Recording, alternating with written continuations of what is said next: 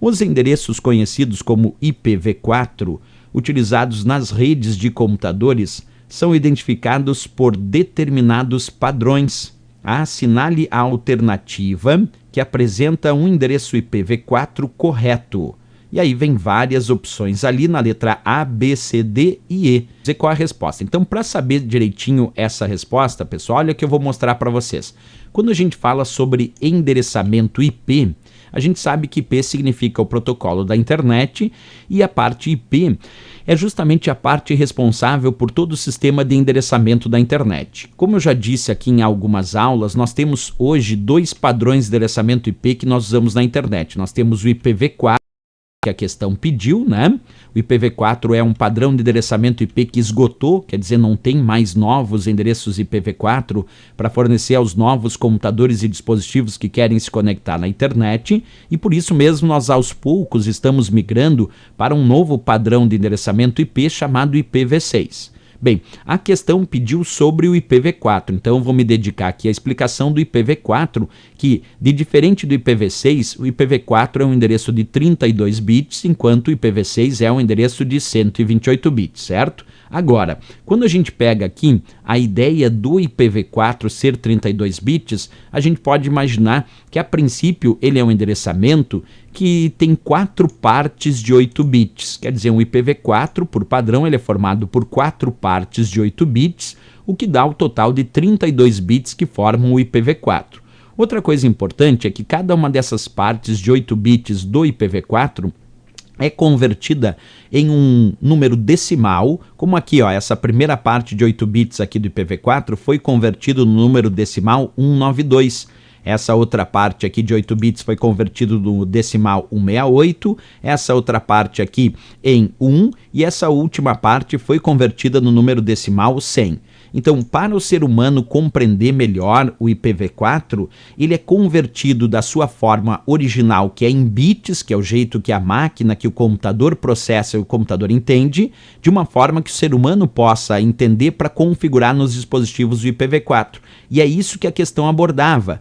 É como o endereço IPv4 tem o seu padrão para o ser humano configurar nas máquinas. Aqui eu mostro um exemplo dele. Observa, formado por 4 partes de números decimais separados por ponto. Só que com um detalhe importante, cada uma das partes do endereço IPv4 deve ser um número que pode variar de 0 a 255. Por exemplo, não pode ter no IPv4 280, não pode ter 320, não pode ter 450, porque cada parte do endereço IPv4, cada uma dessas 4 partes, só pode ser um número que varia de 0 a 255, mínimo 0, máximo 255, em cada uma dessas 4 partes.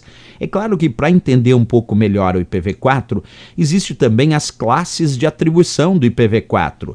Aqui, só para vocês terem uma ideia, a classe A tem os endereços IPv4 que vão do 0000 até o 127.255.255.255. Percebe que não tem nada que vem antes de 0 e nada possível depois de 255 em cada uma das partes do IPv4.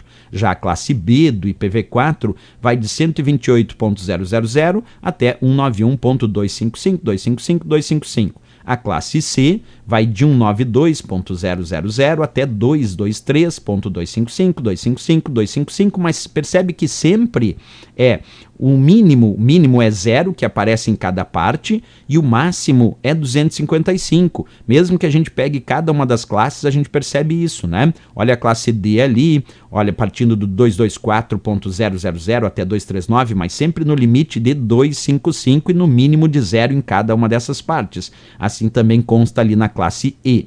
Agora, é claro que alguém pode me perguntar o que mais pode cair em prova sobre IPv4, além da historinha de ter que identificar que são 4 partes de números decimais, lembrando a história de que cada partezinha dessas pode ser no mínimo 0, no máximo 255. A outra história é identificar algumas atribuições específicas. Por exemplo, já teve prova perguntando qual seria o endereço IPv4 reservado para comunicação em um computador local, que nós chamamos de localhost. Aí nós temos que lembrar que a variação permitida para localhost, quer dizer, para identificar um computador, uma comunicação com um computador local, no IPv4 vai de 127.000 até o endereçamento 127.255.255.255.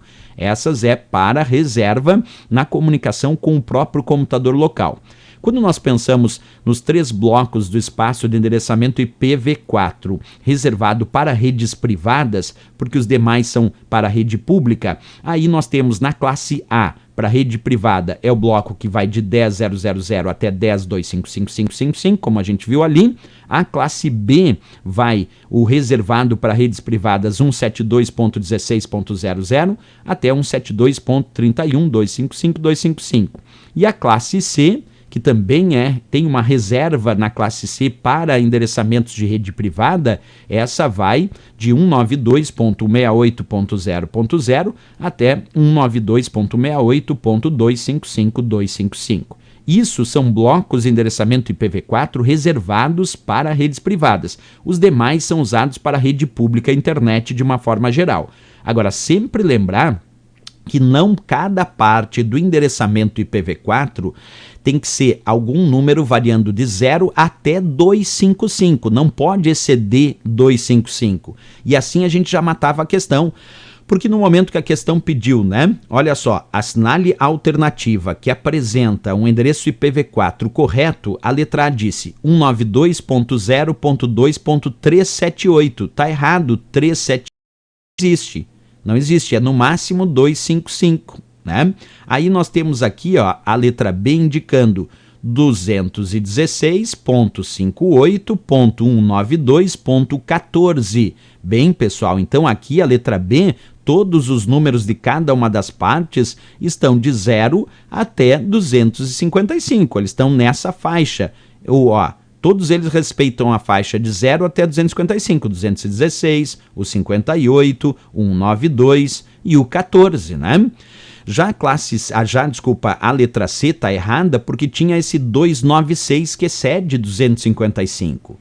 Aqui nós temos a letra D, que tem o 820 excedendo 255, por isso não pode ser a resposta correta, E temos a letra E aqui com o 521 também excedendo 255, portanto também não pode ser a resposta correta. Então aqui, sem dúvida nenhuma, tínhamos como resposta e gabarito da questão a nossa letra D de Dinamarca, como eu demonstrei aí para vocês.